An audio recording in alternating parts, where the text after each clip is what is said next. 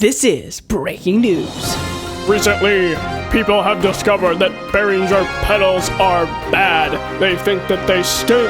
They think that they are absolute things that I cannot say on television. And they say that we should eradicate Behringer from the music industry for all time. All this and more coming up on Reborn Rock Guitar, which is my YouTube channel. Guys, if you haven't subscribed already, please do consider subscribing because it helps me out a ton with my YouTube channel. So obviously I'm doing the review of this Behringer pedal, and it's a tube amp modeler pedal. So what even is a tube amp modeler pedal? What does it do? Well, it models different amps and different scenarios so that you can get different kinds of sounds from your guitar with just one amp, which is a very cool feature. I'm going to talk about that later when I do the review. So why would you want this pedal anyway? So why do you need a tube amp modeler pedal in the first place? One, if you're wanting distortion, which is, I think, the best thing this can do. You can crank up the drive, you can crank up the level, you can choose between the California and the Brit. There's a lot of different things you can do, from rock and roll kind of crunch to full-on heavy metal distortion that's like completely oversaturated and way too much, honestly. This pedal would also be great to use with a amplifier that has very limited different tones. So it may be a solid state amplifier that only has one little gain control, something that doesn't have that many options to choose from, so it's going to sound basically the same in every scenario. Is this a beginner pedal? Well, you'll have to wait till later for me to discuss that. So just a little teaser. So the pedal itself, let me do a little unboxing for you guys. I'll tell you about the specs, I'll give you a demo, and I'll do a review of it where I'll tell you about the pros and cons, things I like, things I don't like, the overall, all that stuff. So here's the unboxing. So this is what it will look like when it comes in the mail or Amazon or whatever you're doing at your store. Okay, I don't need to talk about that. Anyway, you take off the lid and you can see it's in plastic. So you pull it out and take it out of the plastic. Don't need that. Hey, that'd be great for ASMR. Anyone listen to ASMR around here? This is what it looks like, as I've been already showing you, so you don't need to see that. Yeah, it comes with, of course, the manuals, and then it's pretty basic, so that's nothing really exciting to see. So move on to the next thing. So the specs of this pedal. This pedal is under $30. I'll put a link in the description to where you can get it, because this is one of the Behringer pedals that you can still get at the time of me releasing this. A lot of Behringer stuff recently has been unavailable. Anyway, you can still get this. You can hear it. It's made of plastic.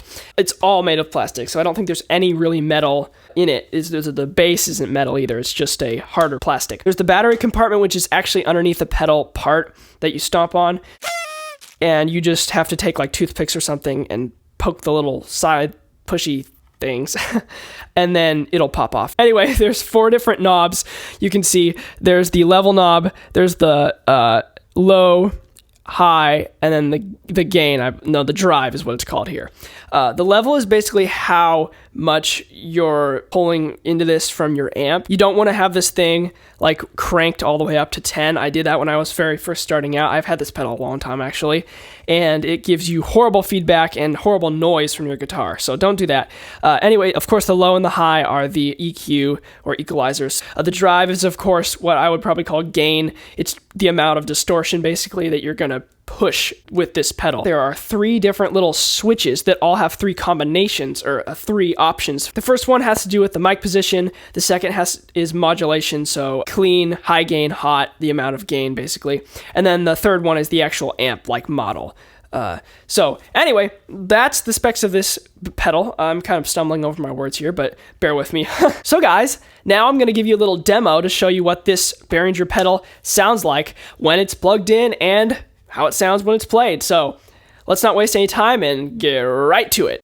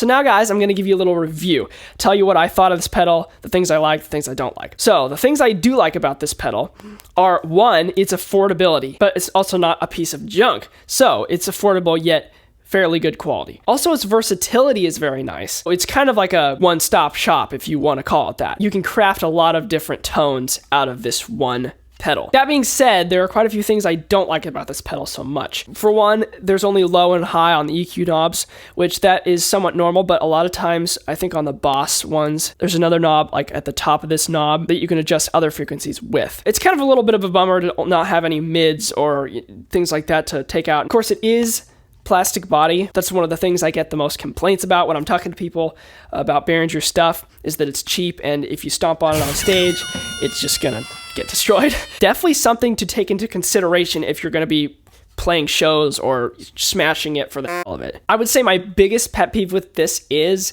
the oversaturation of it. It doesn't sound that clear. It's not a nice, warm, or dialed back distortion. It's extremely insane. So I found a lot of times when I went to record with this pedal, which I have done several times, the end product doesn't end up being that good because it's just too high gain, and it's just not... If you're using it with an amp that like doesn't have distortion, it could be okay, but with like already distortion and just to bump it up a notch, it's not going to be good. So don't use it for a boost pedal, but it might be okay for with a practice amp or something like that. So my overall impression of it, guys, is that, it's okay. There's other distortion pedals out there that are even for like 20 bucks, so very affordable. Give me one word to describe it and it would be,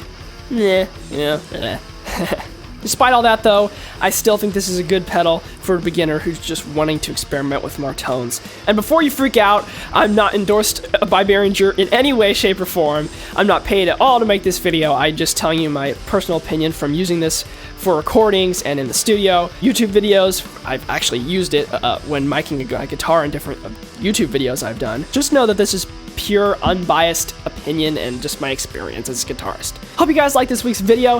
If you did, make sure to give it a thumbs up and leave your comments in the comments below so that I can see what you guys want more of, because I love feedback. Yeah! Have a great week. Until next time, rock on, and God bless.